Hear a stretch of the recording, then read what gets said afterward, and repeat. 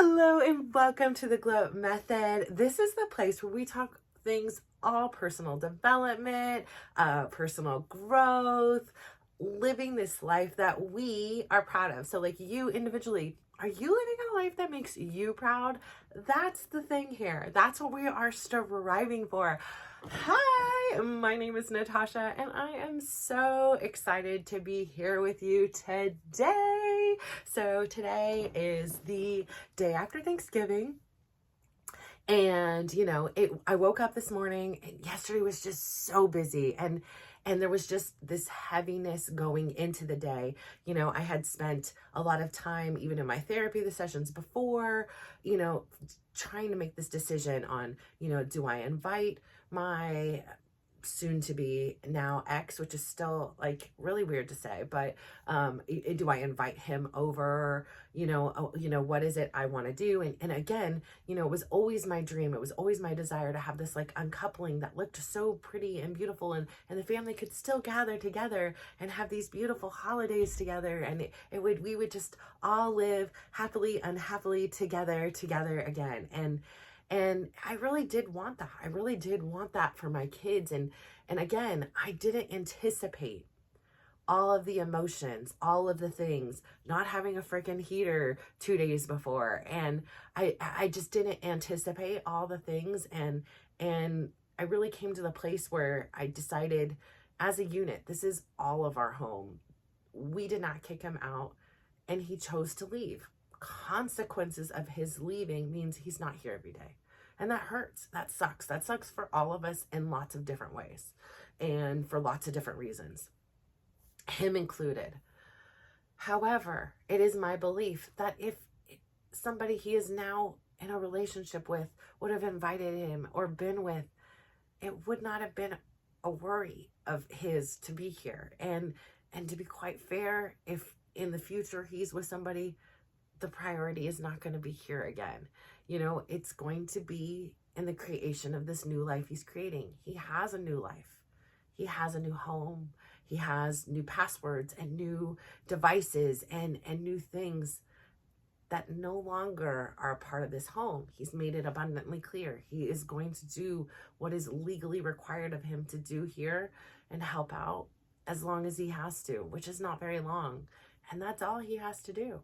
And that's all he wants to do. And I can't control it. So for what can I control? So I got through that. And that was a big thing because it was really weighing on my soul. What were we going to do? And again, he doesn't have a relationship at this time. And I do hope that at some point in time, the two come back together, because I really don't want to see them like having at odds. But my husband and my daughter don't have a relationship today. And I hope that in the future that they do. I really do hope that they can mend and they can heal and they can grow together, because of course you want a relationship with your dad. I mean, I can speak from my experience. I want a relationship with my dad, and I have to also accept who my dad is and understand that the relationship with my dad is not going to look the way I want it to look. The relationship with my dad is the relationship with my dad. He is my dad for all of his great things and all of his faults. And I need to accept him, or I need to not. Like, I just either have him in my life or I don't. Or I have him in my life in these times and then not others. And so, yes, it is very raw and it is very new and very fresh. And these are firsts. And firsts are hard sometimes. And we got through it. And so I know that perhaps everybody would have had it gone differently, or maybe some people would have had it gone exactly the same, but I am under the belief that it happened the way exactly it should have.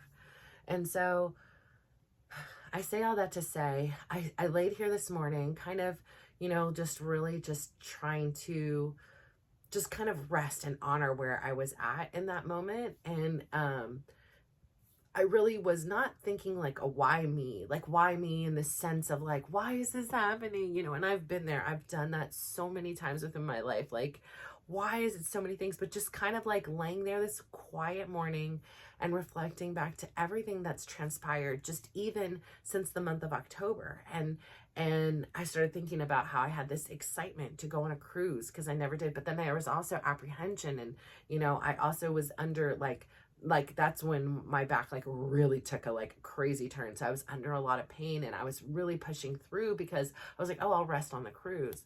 And little did I know, because I didn't really rest much on the cruise. I slept very little overall. Little did I know that that was literally the calm before the storm. I didn't know my life would erupt in this way. I just didn't know. I'm denial, whatever you want to call it, just oblivious. I don't know. I just didn't imagine it was going to blow up this way at this time. And it did. I did not anticipate it. I was not prepared at all. And as a result, because I didn't anticipate it, I was really scared and I was frustrated and angry and mad and sad and all the emotions that I felt and couldn't even film and couldn't even just pick myself up to sit in this chair and just sit and stare for 30 minutes. I couldn't do it. I couldn't do it. I just couldn't. And I had to take a few weeks off. I had a few weeks to recover. And I did what I did, and I could finally get in, and I got in for a day, and then a couple days went by and I couldn't do it. I just couldn't do it. There was too many things. There was too much pressure. I didn't even know if I wanted to sit in this chair anymore. What made me an authority on anything? What made me somebody that even anybody wanted to listen to? My life is in shambles. My life is falling apart. I went from this person who was, again, like I will never forget, like the woman tapping I was in watching the show sitting down to watch a show on the cruise, and loved watching the shows every night. It was like different musicians. And what I loved about it was no matter where these people came from in different walks of land in life, they came on there and especially like the musicians and the comedians, they were sharing their stories. They were sharing their passion, what events had transpired which had led them to this. And they were the rare ones. They were the diamonds in the rough that not only thought, I want to be a musician when I grow up, they actually pursued it. They actually did it. And they're doing it right now. And they're working at it. And I love that. I love, like I've said here thousands of times, I love sitting back and watching someone do what they're passionate about. It's magic. It's absolutely magic. And so I didn't know if I would sit down in this chair ever again. I didn't know if I would get the opportunity to. I didn't know if I would have to be working so many jobs that I didn't have the time to sit here anymore. I just didn't know. And again, like I said, part of my spirit, part of my heart has been broken and it's hidden away again, and it's coming out, it's reemerging, right? Like it's safe, you can start coming out again soon, but it's a process, right? Like it for me, it's gonna be a process, and it's a process that's got loops and turns and big girl decisions and big girl things to make that I don't want to make, and I wanted it to be in a pretty little bow, and I still want it to be in a pretty little bow. And considering inviting him over, that would have had it been in a pretty little bow, but this isn't a pretty little bow. This is a dissolution of a 25-year-old marriage that had a lot of chaos overall, but there was always love, right? There's always love. There was always hope. And so there was some beauty within that chaos. But here we are today. This is what I know is it's just not gonna end in this fashion today the way I would have liked it to. We have opposing opinions, which is why we're here, right? So anyways, so I'm sitting there, I was thinking about how I was on the cruise and I came back and everything just kind of imploded and there was as I'm starting to say everything that happened, and I'm in the pain and I did the back shots and the this and the that and the I'm not dancing and I'm not doing the things and I can't do my steps and my kids and now I'm taking from me and I'm thinking about them and I get the flu and then the kid gets a flu and then the holidays and dealing with how to change everything. It just was just so much at one time and I almost wanted to be like, why is all this happening? And then I stopped and I was like, you know what?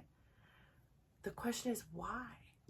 I now looked at this whole situation differently.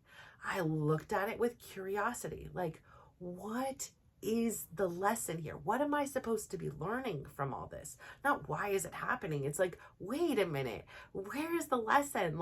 There is something bigger and more magical than what is happening, what seems so obvious.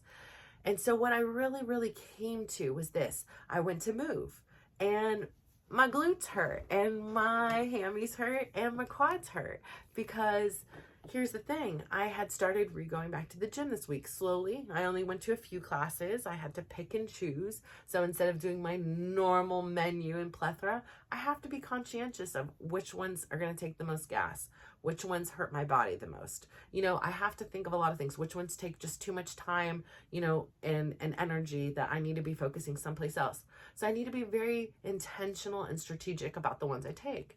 And so, I went to 3 dance classes this week and 2 bar classes. And what I was able to do this week was far vastly improved from what I've been able to do for the last few weeks combined. And I'm so grateful for that.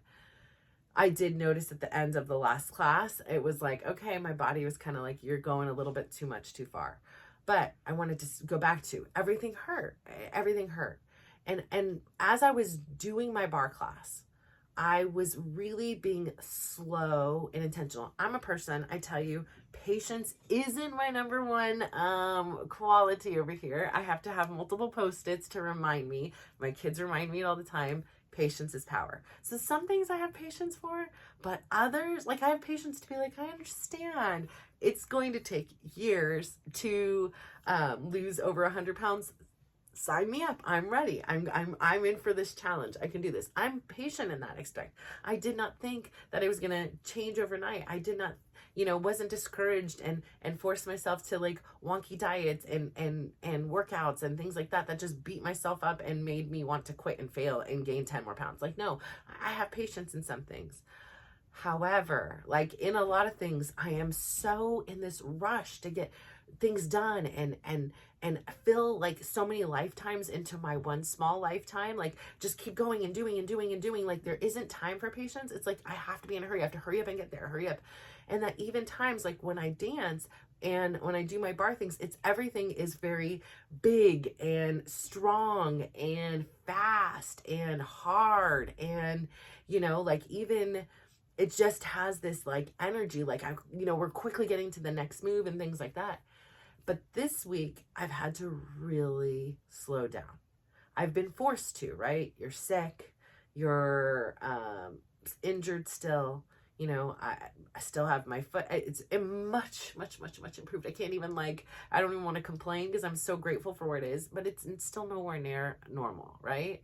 And so I have to really take it slow and be really intentional and conscious about the way I'm moving in this world, right? So I'm actually really engaging and I'm like, wow, sometimes when we slow things down, what I realized is that's the lesson. Like when I slow down, when I went to the doctor's office and I didn't have a phone and I just had to sit there with my thoughts, right? Like I just sat there with my thoughts for 2 hours. It's a form of slowing down, of not just getting to the next task. Because if I had my phone, I would have been doing this, finding this, getting this done, establishing this, changing this. It would have been more work.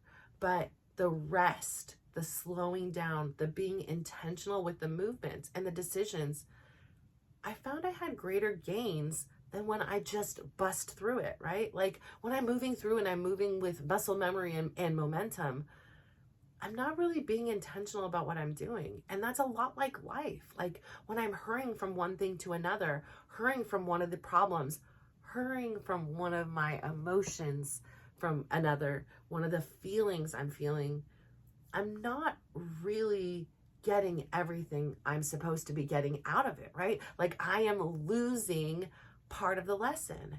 And this is universal. Like it goes across everything. It applies to everything. So what I'm really learning here is so much about myself. I have found myself back in the chair and I'm smiling. I have found, and not that I'm just smiling, like this isn't about just like, let me just fake smile. Like I feel better. I feel good. I feel a sense of acceptance of what is happening. Do I like it? No, like I said, that sucks. Yesterday I spent a good part of my day mourning the fact that Chris wasn't here.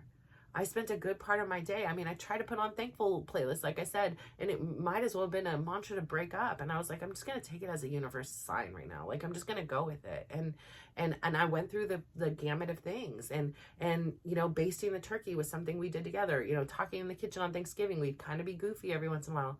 There was nobody in there with me to talk and be goofy with. It was, I'm alone now. And I'm not really alone because I have my kids and I have my friends and I have my community, and I'm not alone, but in a lot of ways I'm alone, and I'm not afraid of being alone because I think me being alone, that's the lesson right now. I need to be alone with my thoughts. I need to be alone with myself. I need to establish who is Natasha without Chris. I need to establish who I am. And I think that that cruise was one of the things that I loved about it. When I've come back, hopefully I came back and was even able to record any of that I don't even remember because that's such a blur. But my one thing I can say that my favorite thing was I can go out alone and meet hundreds of people. I could go out and have an amazing time. I could sit alone and watch people dance and watch people do things and be completely content. And I felt alive. I felt inspired. I had amazing conversations with amazing people, and I felt alive even though I was in a sense alone. And so I think that there's something really special about having that time with yourself to kind of help guide you to where you want to be, to where you're meant to be. And so, yes, there is a mourning, there is a loss, there is a funeral happening of this relationship that I had with somebody else and this connection that we were together and we are no longer. And yeah, it's sad that there are 4 people underneath us that are impacted by it. And it's sad because those are our favorite people. And at the end of the day, we want everybody we love to be happy and to be out of pain. Like, I don't want him even to be in pain. I mean, I get frustrated. Like I said, I've gotten frustrated that it feels like the weight of and it doesn't only feel like it, like now the weight of everything except for the $600 in which he gave me is on me. Who doesn't have a job? Like, and then you have to make really tough decisions. You have to make decisions that say, I need to do what's best for me. I understand that you're doing what's best for you, but I have to think about what is best for my kids and me. And you're not going to like my decisions. And I don't want to do that because I don't want to hurt him. Like, I don't want to hurt him. I just want peace. Like I said on here, like, I don't want to go back and put all this energy here when I need to be focusing here. So I'm at a real conundrum here. And so I think that the lesson for me is I need more time. I need to be in the silence. I need to be in the quiet and decide for me what is the best thing to do. And as of right now, I don't know. And that's okay to not know. There is time. There is time and there is options. But what I do know is this. I do know I'm meant to be sitting here. Like, I'm really excited about that. I know that.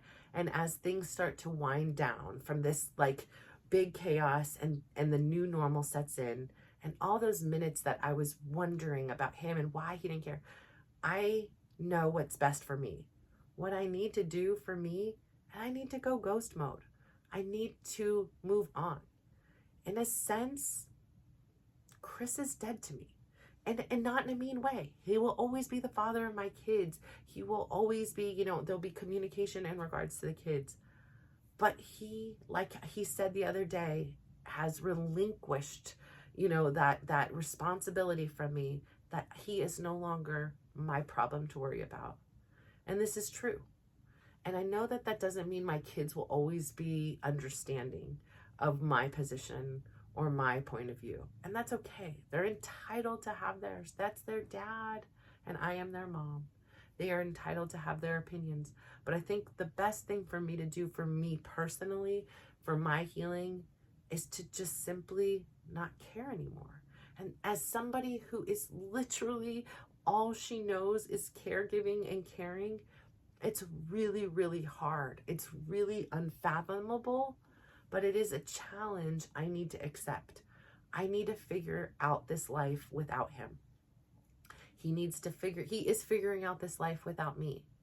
And so I need to figure it out And that's all I need to do. I gotta say that. So I think that that's the lesson here. And for the lesson for you that I want to share is the same thing, is like, what in your life are you sitting here and just pushing through and going through, and you're going through the motions, and because you're so blinded by the motions and it's working, you don't even take the time to slow down and see that maybe there's an alternate way. Like I said, for a long time I was doing 2,000 steps. Let's be real. For a long time, I was doing like less than 1,000 steps.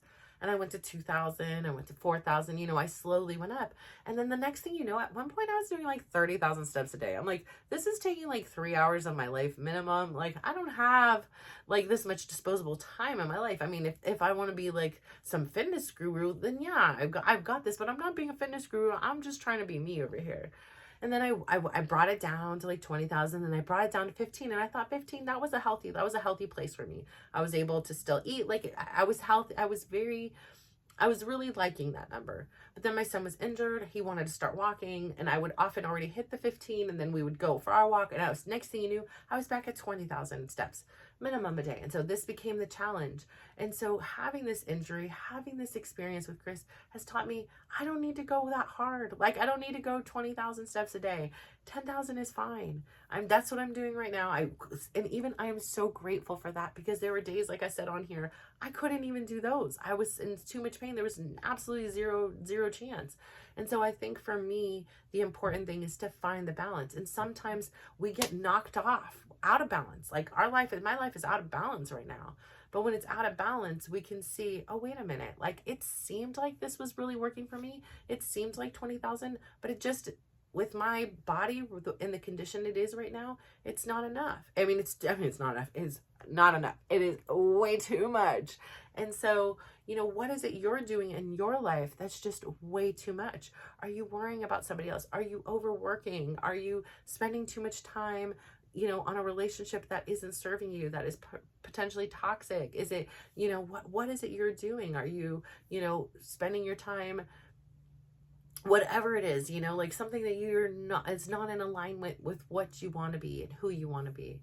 So I had this beautiful epiphany this morning, and then, I'm looking out the window. It was a beautiful day up in my window. It was lovely. I went in, I asked my 18-year-old, I said, hey, you want to go for a walk? And he was like, I'm on a call, but yeah, I think so. Maybe. First he was like, no, well, maybe. And we went for a walk, and we went hiking way up in the hills, not hiking, but, felt like hiking, I had to stop. And what I was telling him, I was like, even this walk is a representative. There was a few times in which I had to stop on a bench, and I had to do like some stretching and moving. And even as we walked, when there wasn't a bench, I stopped and moved. And I said, for so many years, I've been accustomed to just pushing through. So like when I had these injuries, I just push through. It'll get better. I could just ignore it, and it's going to get better. And it just starts screaming and screaming and screaming and screaming until a point where it was just like, I'll do anything like this. I can't take this anymore. And I think that this has been such a metaphor. And I keep referring to the back problems, and I keep referring to the marriage, because it's such a metaphor for life, right? Like, and this is an instance now, but it didn't matter what the instance was. It could have been when I was in school and I really wasn't getting a concept, and I just pushed through and thought eventually it would click, instead of asking for help or trying a different method. I just keep kind of going through with it. And what this process has taught me is there are so many resources, and there are so many ways to look at one situation. Like this situation here, it is filled with loss, but it is filled with so much peace and beauty too. Yes, it means I have to take on more responsibilities. And at the end of the day, I know I really don't have to. That is a choice for me too. I can up and leave as well. Nothing is holding me here. There's no anchors besides my own personal integrity and my own thing. Just as my kids can leave, just as anybody else can do anything. And, the thing is I think that we really need to continue to be open-minded and really learn to accept who it is we are and what we are going through, and honor that. And for me, I have to reiterate it, because I've wanted to just push through. I've wanted to ignore it. I've wanted to numb it.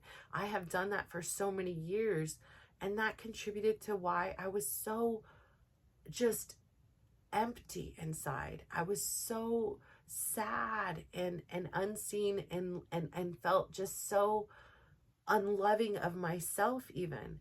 And so having this ability to understand and this epiphany through this journey, right? It wasn't one thing. It was everything. It was that being 1% better each day. It was opening my mind to the possibilities that anything is possible. Like I am possible. I am possible and you are possible.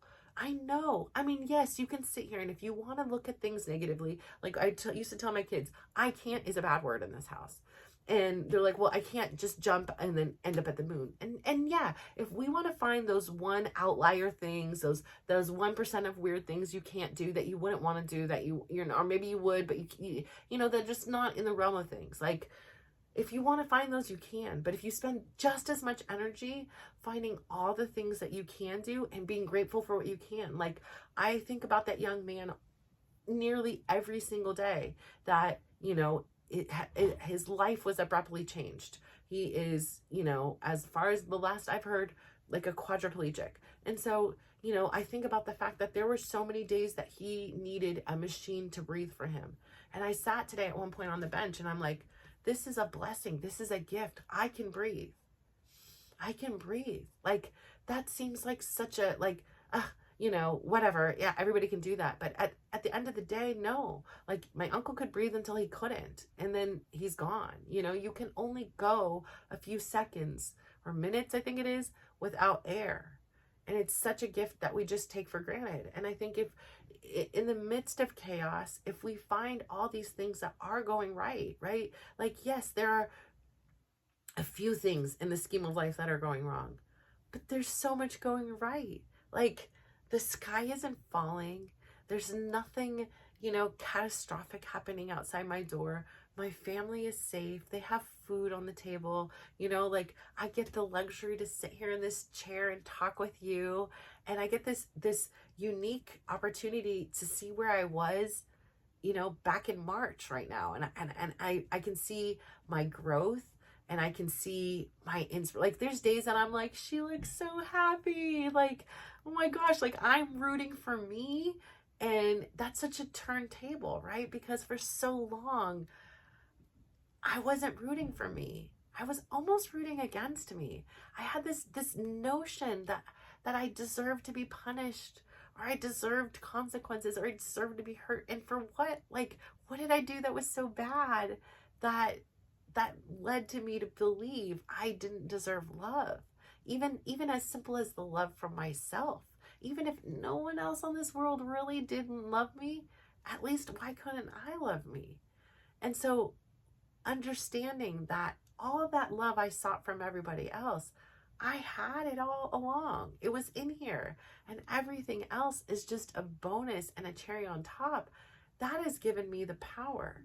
And so yes, things come up. I see it on my episodes. Like, here's something else. And sometimes I laugh. I'm like, my gosh, can I just have a simple life, you know? And can you just have a simple life? Why do things, you know, why so many things going on? And I think because, you know, when you evolve, you know, just like when you go into college or university, the lessons get harder. They're more complex. They're more in depth. And that's kind of my thing. I chose to not stay stagnant. I think 98% of the population, I'm happy where I'm at. And that's fine. There's nothing wrong with it. It's just not me. It's not that 2% of people that understand that anything is possible. And that just sitting in the status quo isn't enough for them. Like, I am challenging the status quo. I want to be different. I want to be better. If I didn't, I would just have stayed in the loveless marriage and thought that was my plateau. That was it. That was all I deserved. I would have been miserable. Chris would have been miserable, but we would have been miserable together. I would have just believed that, you know, working a 9 to 5 is what I'm supposed to do. And that's the proper way to live life. And you do all these things. And at the end of the day, it doesn't align with me. It's not who I am. It's not what my purpose and passion on this earth is to do. It's different. And I want to lean into that as much as I want you to, because you are different. You are here. You are listening to this. You've made it this far into the game. Like, my goodness, props to you.